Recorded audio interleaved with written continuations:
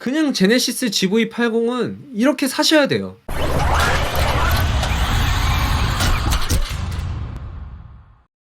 안녕하세요. 자동차 기자로 활동하고 있는 오토리뷰 이창입니다. 오늘은 제가 제네시스 GV80을 어떤 옵션으로 사야 되냐, 7천만원 넘으면 안 돼, 7천만원으로 사야 돼, 이런 취지로 한번 영상을 찍어 봤습니다. 제가 이렇게 선택을 하는 것 뿐이지 여러분들한테 강요를 하는 건 아니니까 그냥 참고만 해주셨으면 좋겠고요. 바로 화면을 보시면서 도대체 제가 어떤 방식으로 옵션을 고르는지 보여드리도록 하겠습니다. 여담이긴 하지만 이렇게 현대도 제네시스처럼 이렇게 옵션 구성을 좀 더 짜잘짜잘하게 나눠줬으면 좋겠어요. 이렇게 트림으로 나누지 말고. 제네시스 얼마나 보기 깔끔하고 견적내기도 쉽습니까? 그러니까 현대도 좀 해주셨으면 좋겠습니다. 아무튼 바로 엔진 타입을 보자면 이렇게 가솔린 2.5 터보와 디젤 3.0 그리고 가솔린 3.5 터보가 들어갑니다. 말씀을 드리자면 2.5 터보가 가장 많이 팔릴 것 같긴 해요. 그 다음 많이 팔리는 게 디젤이겠죠. 그리고 판매량의 10%가 가솔린 3.5 터보라고 하는데 약간 좀 안타깝긴 해요.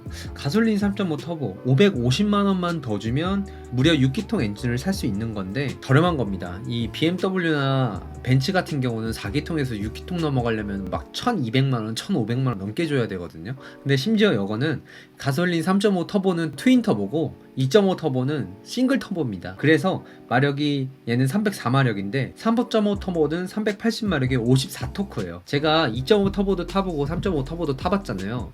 저 같으면은 3.5 터보를 사긴 할 것 같아요. 근데 이 영상은 어디까지나 가성비를 위주로 하기 때문에 2.5 터보를 구매하시라고 권하고 싶고요. 3.5 터보가 6기통이기 때문에 주행 질감은 훨씬 더 좋긴 합니다만 거기다가 이런 사운드 자체도 3.5 터보가 좀 더 매력적으로 다가왔고 출력과 밀어주는 토크발도 3.5가 더 좋다. 근데 550만원 밖에 추가를 안 하는 거면 확실하게 엔진에 있어서만큼은 가성비 있게 출시가 된 거라고 보시면 됩니다.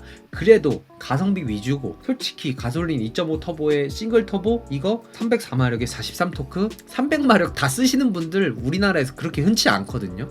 그러니까 가솔린 2.5 터보도 충분히 훌륭한 엔진이기 때문에 2.5 터보를 추천드리고요. 간혹가다가 2.5 터보 이거 엔진 결함 있는 거 아니냐라고 하시는데 2.5 터보랑 2.5 자연흡기는 좀 달라요. 그래서 설계 자체가 조금 다르기 때문에 2.5 터보는 그렇게 큰 결함은 없었고요. 2.5 자연흡기는 그냥 갖다 네, 그래서 가솔린 2.5 터보를 선택을 하겠습니다. 이렇게 선택을 해보시면 구동 타입을 정해야 되는데요. 후륜 기반과 AWD 4륜 기반이 들어있는데 야 350만원 너무 비싼 거 아니냐. 보통 원래 4륜은 200만원 추가가 되잖아요. 근데 얘는 왜 350만원이냐면 ELSD와 차동 제한 장치가 들어갑니다. 이게 무슨 뜻이냐면 우리가 오프로드 같은 데 가면 바퀴가 한쪽은 막 떠 있잖아요. 그러면 바퀴가 그쪽은 헛돌게 되는데 이 구동력을 한쪽으로 몰아줌으로 있어서 더 험로 탈출을 좀 더 잘해주게 한다든지 아니면 LSD가 있어가지고 코너링을 할 때 좀 더 스포티하고 좀 잘 빠져나가주는 그런 느낌을 주게 해줍니다. 그걸 도와주는 장치예요. 저는 이 4륜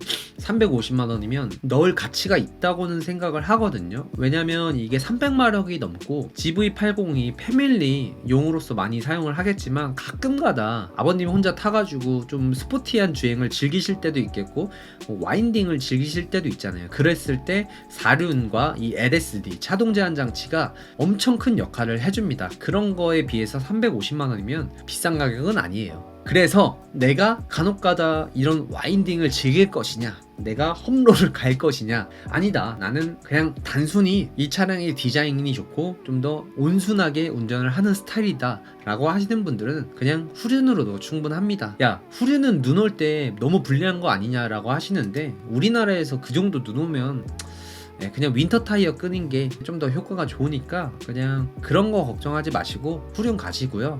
그냥 4륜을 가시는 이유는 내가 스포티한 운행을 할 것 같은데 와인딩도 좀 해보고 싶다 이러신 분들은 4륜을 가셔도 됩니다. 하지만 그냥 눈길 때문에 4륜을 가시는 거라면 그렇게 추천드리진 않아요. 네, 바로 다음으로는 인승 타입을 정해야 되는데요. 5인승이 공짜고 7인승은 100만원을 내야 되는데 제가 사면은 7인승을 살 것 같아요. 왜냐면 저는 대가족이기 때문에 때문에 설날 같은 데나 추석 같은 데 친척들 모이면 간혹가다 6명 7명 탈 때도 있거든요. 이게 되게 커요. 5인승이라서 5명밖에 못 타는 거랑 7인승이기 때문에 6명도 탈 수 있는 게 생각보다 차이가 크기 때문에 저는 7인승을 구매할 것 같긴 하지만 실제로 5인승과 7인승을 보면 이 5인승은 밑에 시트가 없기 때문에 밑에도 공간이 있거든요. 그래서 트렁크 공간으로서 활용이 가능한데 7인승은 밑에 시트가 있어서 트렁크의 공간이 좀 더 작아집니다. 물론 접으면은 트렁크는 비슷하게 쓸 수 있을지언정 밑에 공간은 없기 때문에 7인승이 트렁크 공간은 비교적 손해를 본다는 점. 거기다가 막상 GV80의 7인승이 성인은 못 타요. 그래서 그런 걸 다 비교를 해보시고 내가 1년에 단 한 번이라도 사람을 더 태울 것 같다 라고 하시면 7인승 가는 거 추천드립니다. 그래서 저는 일단은 7인승으로 선택을 할게요. 네, 바로 다음으로는 외장 컬러를 선택을 해야 되는데 여담으로 말씀을 드리자면 제네시스 GV80은 디자이너분이 컬러 디자이너가 따로 있어요. 그래서 그 디자이너분들이 모여가지고 만든 게 이런 컬러입니다. 가장 많이 팔리는 게 이 우유니 화이트라고 해요. 그리고 제가 물어봤는데 유광이랑 무광이랑 가격이 다르잖아요. 무광은 70만원이 추가가 되는데 이게 뭐 페인트의 가격이 비싸고 막 공정이 하나가 더 추가되고 이런 게 아니라고 하더라고요. 그냥 단순히 무광 컬러 같은 경우는 QC가 좀 더 중요해요. 유광은 기스가 나더라도 티가 잘 안 나고 그렇기 때문에 품질 관리에 있어서 비용이 좀 덜 들어간다고 보시면 되고, 무광 같은 경우는 기스 조금만 나도 티 완전 나거든요. 그래가지고 품질 관리에 신경을 더 쓰기 때문에 가격이 더 나간다 이렇게 생각을 하시면 될 것 같습니다. 페인트의 가격 차이는 없다고 해요. 그리고 또 하나 추가로 말씀드릴 거는 이 무광을 선택을 하시면 도어 쪽 부분에 크롬이 있잖아요. 이것도 무광으로 돼서 나온다고 해요. 그래서 저 같으면은 이 마테오른 화이트 무광을 고르지 않을까 생각을 해서 저는 무광을 고르겠습니다. 다음으로 제가 가장 중요하다고 생각하는 이 휠. 제가 예전에 GV70의 옵션 선택을 하는 거 보시면 저는 무조건 편평비를 봐요. 타이어를 딱 보시면 이 R 앞에 있는 55라는 숫자가 편평비거든요. 근데 이 편평비가 생각보다 승차감에 영향을 많이 끼칩니다. 그래서 저 같으면 승차감을 위주로 하신다면 19인치를 추천을 드리고 싶은데 제가 19인치, 20인치, 22인치 다 타봤거든요. 22인치 타지 마세요.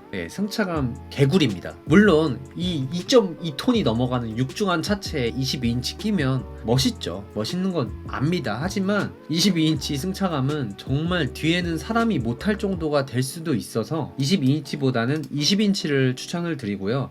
20인치의 편평비는 50이고 22인치는 40이잖아요. 근데 19인치가 55거든요. 비교적 19인치랑 20인치의 편평비 차이가 5라서 엄청 승차감이 차이가 나진 않아요. 근데 22인치랑 20인치의 승차감 차이는 많이 납니다. 그래서 나는 승차감도 챙기고 싶고 외관 디자인도 챙기고 싶다 이러신 분들은 20인치를 고르시는 걸 추천을 드립니다. 그래서 저도 20인치로 선택을 할게요. 다음으로 제네시스 GV80을 가장 사는 이유 중에 하나인 가죽이에요. 이 가죽은 저는 웬만하면 이 스탠다드는 선택하지 말라고 권해드리고 싶습니다. 왜냐면 제네시스 GV80에 들어가는 가죽이 되게 고급 가죽이 들어가요. 거기다가 내구성도 좋은 가죽이 들어가기 때문에 여러분들이 이 차량을 타시고 10년 넘게 차량을 타시더라도 가죽이 막 찢어지거나 그런 일은 없을 것 같다는 점에서 저는 시그니처 디자인 셀렉션 1이나 셀렉션 2를 추천을 드리는데, 제가 원래는 나파 가죽을 그렇게 좋아하지는 않아요. 나파 가죽이 원래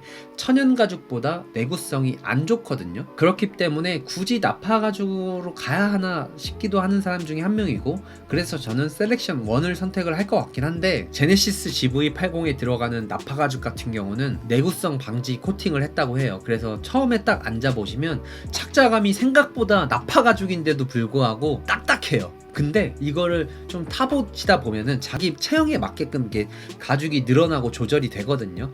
그런 걸 봤을 때 내구성도 어느 정도 챙긴다고 생각을 하면 나파 가죽 나쁘지 않습니다. GV80 살 거면 스탠다드는 굳이 선택을 하시는 이유를 잘 모르겠습니다. 그래서 저는 셀렉션 2에서 가장 이쁜 색깔인 베이지와 블루의 투톤 컬러를 고르도록 하겠습니다. 인테리어 옵션은 뭐 여러분들이 원하시는 대로 선택을 하시면 될 것 같고요. 바로 다음으로 이 파플리어 패키지인데 내가 아는 파플리어의 뜻이 좀 다른가? 이게 인기가 많나요? 이게 별로던데 넘어가도록 할게요. 그냥 옵션을 선택을 하는 게 차라리 좋다라고 생각을 하고요. 이 컨비니언스 패키지가 운전석 에르고 모션 시트에다가 고스트 도어 클로징이 들어가는데 120만 원이에요. 엄청 비싼 옵션은 아니지만 에르고 모션 시트 이게 K8에도 들어가거든요. 뭐 제가 K8에서도 설명을 드렸지만 에르고 모션 시트가 뭐냐면 안마 시트랑 비슷하다고 생각을 하시면 되거든요.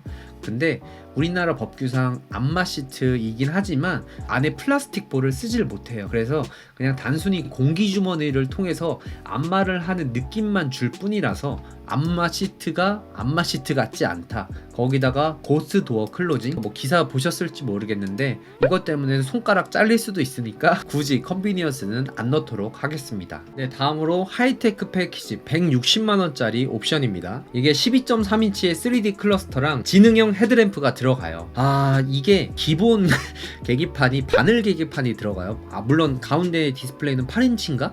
그게 들어가긴 하지만 야 제네시스 GV80 정도 살 거면은 계기판 바늘 계기판 너무 좀 그렇잖아요. 그래서 저도 웬만하면 하이테크 이거 추천드리고 싶거든요. 근데 단점 영상을 설명드린 것 중에 하나가 이 계기판에 정보가 없어요. 생각보다 정보가 많지가 않고 우리가 현대 차량을 타보면 핸들에 이제 버튼을 조작해가지고 계기판에 뭐 전방 주시 경고 옵션도 조절할 수 있고 여러 가지 뭐 연비도 측정할 수 있고 막 옵션 조절하는 게 되게 많거든요. 근데 제네시스 GV80은 이 내비게이션 디스플레이 14.5인치를 자랑을 해야 되기 때문에 이런 계기판에서 설정을 하는 거를 다 디스플레이로 옮겨놨어요. 그래서 비교적 디지털 클러스터를 쓴다고 해서 이점이 별로 없다. 물론 디자인이 드라이브 모드에 따라 변하는 거 되게 좋아요. 하지만 제네시스 GV80의 이런 엄청 고급스러운 실내 디자인과 이 12.3인치 클러스터가 조화를 이룬다고 생각을 하지 않기 때문에 저는 하이테크는 넣지 않을 것 같습니다. 그리고 지능형 헤드램프는 뭐냐면요, 우리가 간혹가다 시골 같은 데 가면은 맞은편에 쌍라이트 키면 되게 기분 안 좋잖아요. 그런 걸 좀 미연에 방지해주고 자동으로 해준다고 생각을 하면 되는데 도심에서 사시는 분들은 그다지 필요가 없고요. 시골을 주로 많이 다니시거나 아니면 고속도로,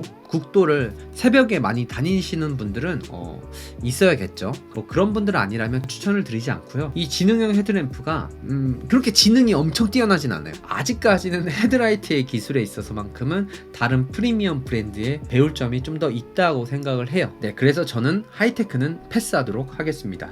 다음으로는 드라이빙 어시스턴트 패키지 1인데요. 이게 180만원이 되게 비싸 보일 수도 있는데 서라운드 뷰 모니터랑 증강현실 내비게이션이 들어가요. 저는 다 필요 없고 증강현실 때문에 안 될 것 같아요. 그다지 필요 없다고 생각을 합니다. 거기다 후측방 모니터, 나는 이게 왜 그렇게 별 볼 일 없을 것 같지? 원격 스마트 주차 보조 필요하거든요. 이게 우리나라가 워낙 주차 그 공간이 좁기 때문에 특히나 GV80처럼 차가 크면 주차하고 내릴 때 되게 힘들긴 해요. 정말 내가 주차하는 데가 뭐 양옆에 폭이 너무 좁으면 어쩔 수 없이 이 어시스턴트 패키지 1을 넣어야 되겠지만 뭐 저는 그래도 혼자 잘 빠져나갈 수 있다고 생각을 하고 이 나머지 옵션 구성들이 그렇게 좋다고 생각하지도 않고 GV80처럼 큰 차를 사실 분들은 서라운드 뷰가 필요가 없을 정도로 운전을 잘하지 않을까요? 뭐 내가 운전 못한다고 하면 이거 넣을 수밖에 없긴 하겠지만, 그래서 일단 저는 운전을 뭐 썩 잘하기 때문에 넣지는 않도록 하겠습니다. 네, 바로 다음으로 드라이빙 어시스턴스 패키지 2인데요. 150만원입니다. K8도 그렇고 GV70도 그렇고 HDA2가 가지는 메리트가 굉장히 크다고 했습니다. 그것 중에 가장 큰 이유는 HDA1과 다르게 HDA2가 들어가게 되면 전방 센서 뿐만 아니라 사이드에도 센서가 들어가기 때문에 우리가 테슬라를 탔을 때 360도 차량을 다 이제 검토를 할 수가 있잖아요. 그래서 스마트 크루즈를 틀고 갈 때 옆 차선에서 갑자기 차량이 끼어들면은 좀 스무스하게 브레이크를 밟고, 옆 차선에서 차량이 만약에 빠져나가면 앞 차량과 거리가 멀어졌을 때 스무스하게 엑셀을 좀 더 밟아서 차량 간격을 유지해주는 그런 기능이 돼요, 원래 HDA2는. 근데 제가 누누이 말씀드렸다시피 GV80은 어쩔 수 없이 프리미엄 브랜드에서 SUV를 처음 만들고 옵션을 막 이렇게 때려 넣어야 되기 때문에 GV80에 들어가는 HDA2는 그렇게까지 지능적이지 못합니다. 그리고 차량에 들어가는 센서 자체가 지금의 K8이나 지금의 GV70에 들어가는 센서와 좀 더 달라요. 좀 더 다운그레이드 된 센서가 들어가기 때문에 자동 차선 변경도 되게 제약 조건이 많을 뿐더러 사이드 센스의 그런 감지 자체, 로직 자체가 지금의 차량과는 비교도 안 될 정도로 조금 떨어진다고 생각을 하기 때문에 저는 이번만큼은 예외로 이 HDA2를 그렇게 추천드리지 않습니다. 그래서 드라이빙 어시스턴트 패키지 2도 저는 넣지 않을 거예요. 그거 말고 뭐 전방 충돌 방지 보조 이것 때문에 사실상 이 드라이빙 어시스턴트 패키지 2를 살 이유는 충분합니다. 이 전방 충돌 방지 보조가 우리가 어쩔 수 없이 사고가 날 확률에도 차량 자체에 보호를 해주고 상대방을 보호해주는 좋은 기능인 건 맞는데 이거를 기본으로 넣어줬어야죠. 이렇게 안전에 관련된 거를 왜 기본으로 안 넣어주냐고, 이런 걸 왜 굳이 옵션으로 빼가지고 내가 이걸 넣게 만드냐고, 이런 게 괘씸해서 난 안 낼 겁니다. 근데 넣으세요. 이거 안전을 우선으로 두시는 분들은 이거는 꼭 넣으셔서 안전을 챙기시길 바랍니다. 다음으로 2열 컴포트 패키지 2인데 뭐 이거 바로 넘어가도록 하겠습니다. 물론 가족을 위한다고 하시면 넣는 게 좋긴 하겠지만 저는 이거 안 넣고 차라리 가죽을 업그레이드 하는 게 훨씬 좋지 않을까 이렇게 생각을 합니다. 다음으로 렉시콘 사운드 이것 좀 제발 K8에 들어가는 메르디안으로 좀 바꿔주던가. 왜 제네시스에는 렉시콘 넣어주고 K8에는 메르디안 넣어줍니까? 하극상 아닙니까? 그러니까 저는 안 넣도록 하겠습니다. 그리고 액티브 로드 노이즈 컨트롤 뭐 세계 최초 뭐 이렇게 해가지고 노면으로 발생하는 노이즈가 뭐 반대되는 위상의 암튼 노이즈 캔슬링 같은 기능인데 이거 없는 거랑 있는 걸 타봤는데 둘 다 저는 조용하던데요. 다음으로 아웃도어 패키지고 이거는 안 넣을 거죠? 다음으로 빌트인 캠 뭐 이거 넣으면 혹은 거 아시죠? 다음으로 파노라마 선루프 이거는 넣으세요. 얘가 생각보다 주는 개방감이 엄청나고요. 제네시스 GV80 정도 사시면 선루프 들어가야 되는 거 인지상정 아닙니까? 고급이 생명인 차인데 선루프 들어가는 게 당연하죠. 그러니까 넣을게요. 다음으로는 헤드업 디스플레이가 130만원인데 생각보다 이 HUD에 들어가는 정보량이 그렇게 크지도 않을 뿐더러 뭐 앞으로 뭐 44인치 뭐 24인치 이런 대화면에 헤드업 디스플레이가 들어가는데 얘는 조그맣거든요. 그러니까 뭐 굳이 넣을 필요가 없다고 생각을 합니다. 물론 이게 헤드업 디스플레이가 있다가 없으면 못 쓰는데 없다가 계속 없으면 뭐 그냥 없는 게 나아요. 다음으로는 사이드 스텝입니다. 이거를 넣으시는 게 좋을 것 같아요. 제네시스 GV70은 지상고가 높지 않거든요. 그래서 사이드 스텝은 약간 사치인데 GV80은 애들은 못 올라갈 것 같은데요. 되게 높거든요 생각보다. 그래서 사이드 스텝이 이게 49만원이 되게 비싸 보일 수도 있는데 싸제로 달면 이거 한 80만원 하거든요. 그래서 그냥 순정 상태에서 나오는 게 훨씬 좋기 때문에 50만원 투자할 가치 있다 라고 생각을 합니다. 다음으로 차량 보호 필름 65만원 이거 넣을 거면 가성비 차량 아니죠. 카본 익스테리어 패키지가 290만원인데 이거 되게 싼 거예요. 카본이 원래 비싸거든요. 가성비 좋게 나온 거는 맞는데 이거를 왜 GV80에 달아야 되는지는 모르겠거든요. 그래서 저는 이것도 패키지를 패스를 하겠습니다. 네, 그래서 이렇게 6,900만원의 차량 견적을 완성을 해봤는데요. 제가 아까 뭐 70만원 무광 컬러 그거 빼고 나서 뭐 100만원 7인승 빼고 나면 170만원이 더 마이너스가 되죠. 그 가격을 그냥 드라이빙 어시스턴트 패키지 2를 넣어버리면 뭐 비슷한 가격이 되니까 이렇게 두 종류로 구매를 하시면 진짜 가성비가 좋지 않을까 생각을 합니다. 네, 이렇게 제가 제네시스 GV80의 옵션을 설명을 드려봤는데요. 확실히 GV80은 엔진을 3.5 터보로 가는 거는 인정. 근데 2.5 터보인데 7천만원이 넘어버린다? 그러면 정말 뜯어 말리겠습니다. 그러니까 여러분들도 고민을 잘 해보시고 구매하는데 도움이 되셨으면 좋겠고요. 이상 영상을 마치면서 영상이 도움이 되셨으면 구독과 좋아요, 알람 설정까지 부탁드립니다. 감사합니다.